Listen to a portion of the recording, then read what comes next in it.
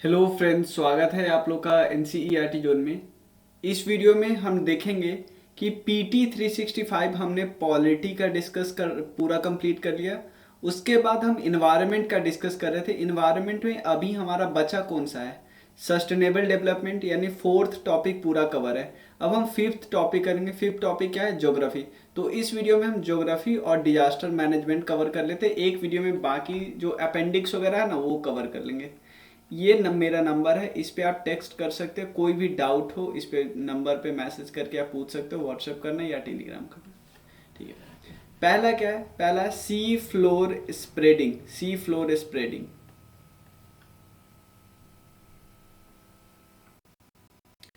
Sea floor spreading का मतलब क्या होता है? सबसे पहले क्या न्यूज क्या आया है कि सी फ्लोर स्प्रेडिंग जो पहले जो स्प्रेड हो रहा था उसमें गिरावट आया, उसके परसेंटेज, उसके रेट में गिरावट आया है। सी फ्लोर स्प्रेडिंग का बेसिक मतलब समझ लेते हैं। आपको पता है ना, अर्थ बहुत सारे प्लेट से मिलके बना है। प्लेट जिसको हम लिथोस्फेरिक प्लेट भी बोलते हैं। ये प्लेट या तो एक दूसरे से दूर जाती है, या एक दूसरे के करीब आती है, या एक दूसरे से टकरा के लौटती है। इस तरह से एक इधर गई, एक इधर गई, तो इस तरह से मूव करती है। तो जो अभी बात चल रहा है कि इसमें बहुत ज़्यादा गिरावट आई है, स्लो चलने लगा है ये। पहले क्या होता था, मान लो एक साल में इतना मिलीमीटर आगे जाती थी, अब है इसके रेट में कम हो गया। कई सारे कारण हैं। एक है माउंटेन का ग्रो करना, उसके अलावा मेंटल कन्वेंशन जो होता है ना, अंदर कन्वेक्शन, उसमें गिरावट आना या उसमें बदलाव आना जिसके कारण हुआ है। बस इसमें ये याद रखना कारण क्या क्या है। अब सेकेंड है अल नीना और लानीना। दो वर्ड पहले समझते हैं, अल नीना और लानीना।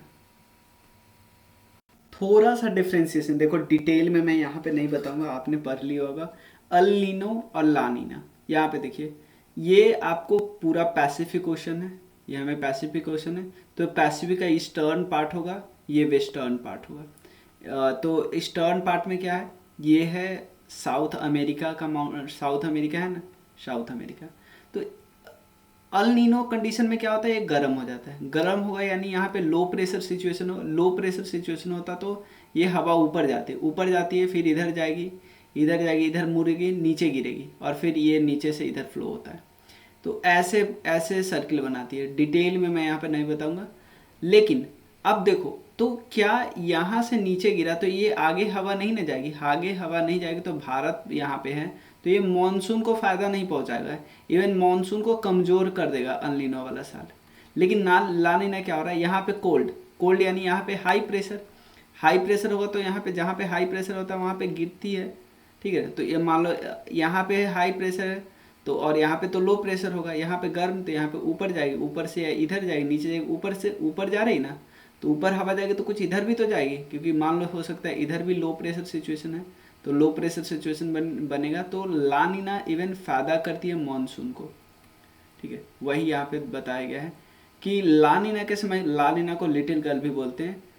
सी surface temperature eastern equatorial Pacific पे थोड़ा सा ठंडा हो जाता है नॉर्मल के सिचुएशन से। नॉर्मल सिचुएशन से ठंडा हो जाता है, ठीक है ना। लानिनो में नॉर्मल से ठंडा, अल्निनो में नॉर्मल से गर्म, ठीक है।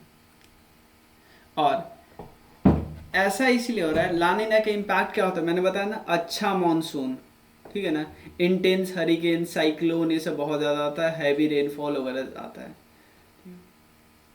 और अल नीनो क्या है? वो खतरनाक होता है, वो सूखा कर देगा। चलिए, नेक्स्ट क्या है? काराकोरम एनामली। काराकोरम समझ ले सबसे पहले कहाँ है? काराकोरम यहाँ पे रेंज है। इसका सबसे ऊंची चोटी कौन है? K2, ठीक है ना, काराकोरम। उसके बाद ये है वेस्टर्न हिमालय, ये मिडिल हिमालय, मतलब सेंट्रल हिमालय, ईस्टर्न हिमालय। देखो, काराकोरम एनामली इसीलिए बोला, मतलब यहाँ पे कोई अलग ही ग्रोथ होगा। तो यहाँ पे बोला जा रहा है कि यहाँ पे जो ग्लेशियर है ना, उसका ग्रोथ अलग है। बाकी इनके आस पास वाला जो जगह है, वो आस पास वाला जो माउंटेन है, वहाँ पे ग्लेशियर का जो ग्रोथ होता है वो अलग टाइप से, जबकि यहाँ पे अलग होता है। कई सारे कारण हैं। एक तो रिवाइवल ऑफ वेस्टर्न डिस्टर्बेंस, उसके अलावा दूसरा कारण क्या है? विंटर प्रेसिपिटेशन वेस्टर्न डिस्टर्बेंस के कारण होता है, काराकोरम और हिमालय पे, वो कारण है। और उसके अलावा मतलब मेन कारण वेस्टर्न डिस्टर्बेंस ही है, बस ये ध्यान रखिए। डिजास्टर मैनेजमेंट में एक जगह आया था गोसीमठ। गोसीमठ में क्या है, यहाँ पे बहुत सारे लैंड स्लाइड होने लगे हैं, सबसे डेंस हिट जोन हो गए। तो अब जोशीमठ इम्पॉर्टेंट क्यों है, करेंट अफेयर्स से आपको सीधा चलते हैं स्टार्टिंग। बहुत सारे पिलग्रिमेज जो साइट है ना, उसके लिए गेटवे का काम करता है, चाहे बद्रीनाथ जाए, हेमकुंड साहिब जाए, ये सब। उसके अलावा इंटरनेशनल स्काइन डेस्टिनेशन ऑली, वहाँ पे भी जाने। जो 4 कार्डियल मैथ्स है ना, कार्डियल मठ है, मठ वहाँ पे। और इनको किन्होंने, मतलब 4 में से एक जो मठ है वो, और किन्होंने स्टैब्लिश किया था, शंकराचार्य ने। अदर 3 कहाँ पे मठ, द्वारका में है, पुरी में है, श्रृंगेरी में है। उसके अलावा स्ट्रेटजिकली भी इम्पोर्टेंट है, जोशीमठ देख लिया कहाँ पे है, ठीक है। उसके अलावा ये मतलब सिंपल, आपने देखा था टीवी में बहुत चला था, सरफेस डिस्प्लेसमेंट हो रहा था, लैंडस्लाइड हो रहा था। बहुत सारे कारण हैं, क्योंकि ये हिल के मिडिल स्लोप पे सिचुएटेड है, और थिक लेयर है, उस पर ओवर बर्डन बहुत ज़्यादा मटेरियल है। तो ये सब तो जनरल बातें हुई, ये मेन समझते हैं। एक कमेटी थी, MC मिश्रा कमेटी, उन्होंने बताया था ये बात। आपसे पूछेगा महेश चंद्र मिश्रा कमेटी किससे रिलेटेड है, जोशीमठ से रिलेटेड है। उन्होंने कई चीज़ें बोली थी कि ये जो आप बहुत ज़्यादा यहाँ पे कंस्ट्रक्शन कर रहे हो, ये बिल्कुल ख़राब कर देगी, बिल्कुल सस्टेनेबल नहीं है। चलिए नेक्स्ट है साइक्लोन असानी आई। साइक्लोन असानी याद रखना, साइक्लोन असानी का नाम किसने रखा, श्रीलंका ने, जिसका नाम था रैथ, और रैथ सिंघालिज में। उसके अलावा साइक्लोन दैट फॉर्म आफ्टर असानी, देखो जो असानी के बाद है उसका क्या नाम रखा गया, सितरंग। सितरंग का नाम किसने रखा गया, थाईलैंड। उसके अलावा कुछ और है जो अपकमिंग नेम इंडिया के द्वारा, घुर्नी, प्रोबाहो, झार, मुरासू। तो ये पूछे, ये चारों वर्ड क्या है, ये अपकमिंग नेम है जो इंडिया ने दिया है आने वाले साइक्लोन को। कहाँ पे साइक्लोन आया, south east region of West Bengal में, और सेवरल साइक्लोनिक स्टॉर्म इंटेंसिफाई हुआ, याद रखना। क्लासिफिकेशन ऑफ साइक्लोन की बात करते हैं, टाइप ऑफ डिस्टर्बेंस और विंड स्पीड की बात करते हैं। लो प्रेशर होगा तो उसकी तो ये याद नहीं रखना है। सुपर साइक्लोन में बहुत ज़्यादा। ट्रॉपिकल साइक्लोन की कुछ कंडीशन होती है, याद रखना। सबसे पहले वायलेंट स्टॉर्म इकट्ठा हो जाता है, और कहाँ पे, ऊपर में, जो ऊपर ओशन का सरफेस होता है ना, काफ़ी गर्म होता है, और ये गर्म कब होगा, जब इक्वेटर के पास होगा। तो यानी सी सरफेस टेम्परेचर कम से कम 27 डिग्री सेल्सियस होना चाहिए। और एक और चीज़, कोरियोलिस फोर्स का प्रेजेंस होना चाहिए, और उसके अलावा वर्टिकल विंड स्पीड में वेरिएशन होना चाहिए, और pre existing weak low pressure area होना चाहिए, याद रखना। और upper divergence above the sea level system होना चाहिए, ठीक है। साइक्लोन की नेमिंग की बात करते हैं, और साइक्लोन की नेमिंग यार बहुत सारे स्पेशलाइज्ड मेट्रोलॉजिकल सेंटर है, इसमें IMD भी याद नहीं रखना है। और 2004 से नेमिंग स्टार्ट हुआ। अब देखो कुछ वर्ड है वो दे समझ लेते हैं। फूजीवाहारा इफेक्ट, फूजीवाहारा इफेक्ट अभी क्या हुआ है, देखो फूजीवाहारा इफेक्ट क्या होता है, any interaction between tropical storm with the following feature. मतलब 2 ट्रॉपिकल स्टॉर्म मिल रहे हैं, देखो storm are form around the same time in same ocean region, ठीक है। देयर सेंटर और आई एट अ डिस्टेंस, मतलब 1400 किलोमीटर से कम में, दोनों का जो एक बीच में आई होता है ना, वो 1400, उसका डिस्टेंस इससे कम होना चाहिए। और intensity that could vary between a depression and super typhoon, मतलब स्पीड जो होना चाहिए ना 63 से लेके 209 के बीच होना चाहिए। तभी इससे क्या होगा, changes in track and intensity of either और बोथ सिस्टम, क्योंकि ऑब्वियसली दोनों एक दूसरे पे इम्पैक्ट डालेंगे ना। चलो अब नेक्स्ट है, तो एक वर्ड पूछा जा सकता है कि ये किससे रिलेटेड है, साइक्लोन से रिलेटेड है, साइक्लोन। नेक्स्ट है ड्वार्क टेक्निक क्या होता है, सिंपल याद रखना एक वर्ड, कि ये ट्रॉपिकल साइक्लोन की इंटेंसिटी को मेजर करता है, आगे कुछ नहीं पूछेगा। नेक्स्ट है बॉम्ब साइक्लोन क्या होता है, बॉम्ब साइक्लोन, इसको हम देखो एक नाम और बोलते हैं मेट्रोलॉजिकल फेनोमेना, बहुत एक्सप्लोसिव साइक्लोन होता है।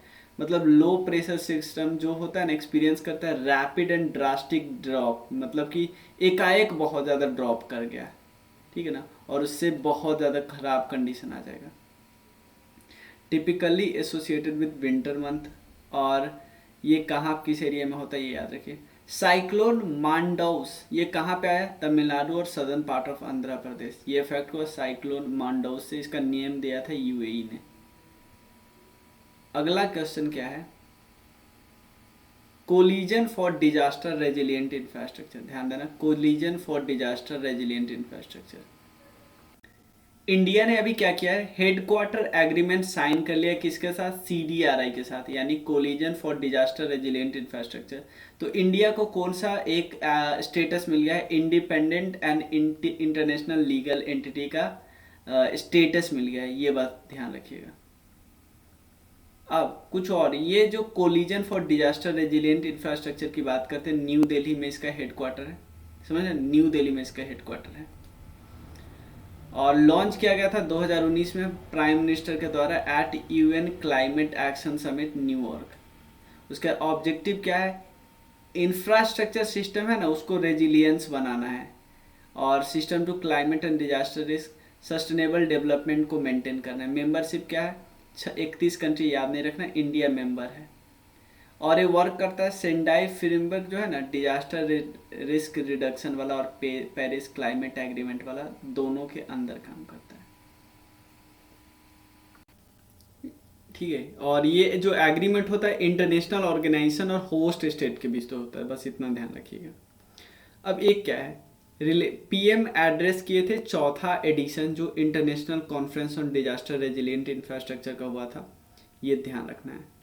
और collision for disaster resilient infrastructure in partnership with United state agency for international development, इन्होंने ऑर्गेनाइज किया था 2022 वाला, बस इतना याद। अगला क्या है, global platform for disaster risk reduction 2022, global platform पर फॉर डिजास्टर रिस्क रिडक्शन 2022, 7वां सेशन हुआ, 7th सेशन इसका, और किसके द्वारा किया गया, UN office for disaster risk reduction, कहाँ पे हुआ, बाली इंडोनेशिया में हुआ, बाली इंडोनेशिया। देखो मेन ग्लोबल फोरम है जो एसेस करता है, डिस्कस करता है progress on the implementation of Sendai framework for disaster risk reduction. मतलब सेंडाई फ्रेमवर्क किसके लिए है, डिजास्टर रिस्क रिडक्शन के लिए है, तो उसके लिए उसका उसमें जो भी हम पाना चाहते हैं उसका बात डिस्कस कहाँ पे करता है, ये यहाँ पे ग्लोबल प्लेटफॉर्म पर डिजास्टर रिस्क रिडक्शन। ये बाली एजेंडा साइन हुआ, ध्यान नहीं रखना होता है, और ये भी हटा। अगला कुछ और है डिजास्टर से रिलेटेड न्यूज, एक है अर्थक्वेक ऑब्जर्वेटरी, अर्थक्वेक ऑब्जर्वेटरी तो मिनिस्ट्री ऑफ अर्थ साइंस ने इनागोरेट किया है, एक कहाँ पे, जम्मू कश्मीर के उधमपुर में। ये इंडिया के 153वां है, तो ऐसा क्वेश्चन तो नहीं पूछेगा क्योंकि पहला वाला रहता तो पूछ लेता, लेकिन एक इम्पॉर्टेंट चीज़ क्या है पूछने वाला, क्योंकि एक ऐसे जगह पे है जो मेन सिस्मिक, दो मेन सिस्मिक फॉल्ट है ना उसके बीच में है, एक का नाम है मेन फ्रंटल थ्रस्ट और सेकेंड है एक है मेन बाउंड्री थ्रस्ट। तो मेन फ्रंटल थ्रस्ट और मेन बाउंड्री थ्रस्ट के बीच एक जगह है उधमपुर, वहाँ पे अर्थक्वेक ऑब्जर्वेटरी लगा है मिनिस्ट्री ऑफ अर्थ साइंस के द्वारा। सेकेंड क्या है, डेरेको, डेरेको देखो ये हुआ कहाँ पे, यूएस में आया, एक स्टॉर्म सिस्टम आया जिसका नाम है डेरेको। सिंपल पूछे, डेरेको वर्ड जो हुआ वो एक स्टॉर्म सिस्टम है, और उसने क्या किया, स्काई को ग्रीन कर दिया। ग्रीन कलर इसलिए हुआ क्योंकि लाइट इंटरेक्ट किया ह्यूज अमाउंट ऑफ वाटर से, बस ये ध्यान रखें। एवलांचे मॉनिटरिंग रडार, ये कहाँ पे लगा है, नॉर्थ सिक्किम लगा है, याद रखिए एवलांचे को रडार करेगा, पता करेगा। इंडिया का पहला इस टाइप का है, याद रखना। और ऑपरेशनल किसके द्वारा किया गया, army and defence Jio informatics and research establishment के द्वारा। और ये लेबोरेटरी किसके अंदर आता है, डीआरडीओ के अंदर आता है। अगला क्वेश्चन क्या है, South Asia drought monitoring system, South Asia drought monitoring system की बात करते हैं। ये डेवलप किया गया है इंटरनेशनल वाटर मैनेजमेंट इंस्टीट्यूट और Indian Council of Agriculture Research के द्वारा, ठीक है। ड्रॉट मैनेजमेंट वगैरह पे काम करते किया जाता है। It has been tested in India, इन देशों में भी टेस्ट किया जाता है। दामिनी ऐप क्या है, दामिनी ऐप, अभी होम मिनिस्टर ने दामिनी ऐप को अवेलेबल करने की बात की है हर लोकल लैंग्वेज में। ये क्या करता है, लाइटनिंग जो इफेक्ट होता है ना उसको ट्रैक करता है। लाइटनिंग इफेक्ट डेवलप किसके द्वारा किया गया, एक आईआईटी पुणे और Indian institute of tropical metrology Pune और अर्थ सिस्टम साइंस ऑर्गेनाइजेशन जो कि मिनिस्ट्री ऑफ अर्थ साइंस कहता है उसको। अब कुछ रिपोर्ट है, global assessment report on disaster risk reduction, global assessment report on disaster risk reduction, इसको यूएन रिलीज करती है हर 2 साल में एक बारी, UN office for disaster risk reduction. ठीक है, बस इतना ध्यान है। Global status on multi hazard early warning system, ये कौन निकालती है, ये WMO निकालती है, वर्ल्ड मेट्रोलॉजिकल ऑर्गेनाइजेशन। उसके अलावा एक और है UNDRR, मतलब United nation disaster risk reduction. अगला क्या है, मामलुह केव की बात कर रहे हैं। पहले एक बॉडी है, इसके बारे में देखिए, international union of geological sciences, ये दुनिया का लार्जेस्ट साइंटिफिक ऑर्गेनाइजेशन है, जियो साइंटिस्ट का, 1961 में बना था, चाइना बीजिंग में इसके हेडक्वार्टर, ये एक टाइप का NGO है। ऑब्जेक्टिव क्या है, जियोलॉजिकल प्रॉब्लम को प्रमोट करना है, स्टडी करना। और क्या इंडिया इसका मेंबर है, हाँ India is member of international science council.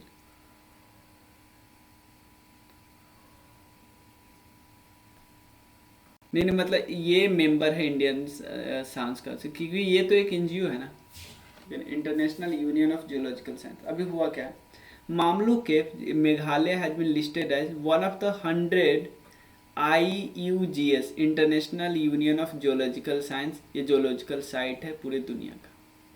ठीक है, बस इतना ध्यान रखिएगा। और एक कहाँ है, 4th लॉन्गेस्ट केव है इंडियन सब कॉन्टिनेंट का, 7 किलोमीटर इसका लेंथ है, बस याद रखिए। और ये कहाँ पे, सोहरा, जिसको चेरापूंजी भी बोलते हैं, ईस्ट खासी डिस्ट्रिक्ट में, मेघालय। ठीक है ना। उसके अलावा इसका नाम किस लेफ्टिनेंट यूले के द्वारा दिया गया था, और बस ये ध्यान रख सकते हो। अब मेघालयन एज क्या है, ये मोस्ट रिसेंट सब डिवीजन है होलोसिन एपोक का, बस इतना ध्यान रख सकते हैं। और प्लेस्टोसीन पेज होता है, फिर होलोसिन पेज होता है, एपोक, और ये ग्रीनलैंडियन, नॉर्थ ग्रीपियन, मेघालयन। उसके बाद कुछ इम्पॉर्टेंट न्यूज है, माई यू फ्रंट। एक्चुअली हुआ क्या है कि इंडिया में जून में जो रेनफॉल होता है उसमें गिरावट आया है। तो अब रीजन क्या है, एक है रीजन माई यू फ्रंट, इसका मतलब एक्टिव रेनफॉल स्पेल जो हुआ है वेस्टर्न पैसिफिक रीजन में, जिसको हम बोलते हैं ईस्टर्न चाइना में भी, उससे इंडिया के तरफ वाला जो मॉइस्चर है वो ख़त्म कर दिया है। और कारण क्या है, मैडन जूलियन ऑसिलेशन, MJO, ये भी कारण है। अगला क्या है, एजोर्स हाई क्या है, इससे क्या होता है, एबनॉर्मली ड्राई कंडीशन हो जाते हैं वेस्टर्न मेडिटेरेनियन में, चाहे आइबेनियन पेनिनसुला में, स्पेन में, पुर्तगाल में, यहाँ सब। नेक्स्ट क्या है, हाइड्रोलिक फ्रैकिंग की बात करते हैं। हाइड्रोलिक फ्रैकिंग देखो, अभी हुआ क्या, ये जो फ्रैकिंग था ना, इसको बैन लगा था इंग्लैंड में, बैन को लिफ्ट कर दिया गया। इसका यूज पता क्या होता है, गैस और ऑयल को निकालना होता है सेल रॉक से, याद रखें। और गुआम गम या क्लस्टर बीन यूज होता है, इसका पाउडर भी यूज होता है फ्रैकिंग में, याद रख सकते हो। होल ड्रिल किया जाता है, फिर वाटर, सैंड और केमिकल डाला जाता है, फिर प्रेशर की डाला जाता है, फिर गैस वगैरह से निकाला जाता है, बस इतना ध्यान रख सकते हो। अगला टॉपिक जो है ना, उसमें हम डिस्कस करेंगे प्लेसेस इन न्यूज। ठीक है, इंपॉर्टेंट इन्फॉर्मेशन है, कोई डाउट हो इस नंबर पर मैसेज कीजिएगा। Thank you so much.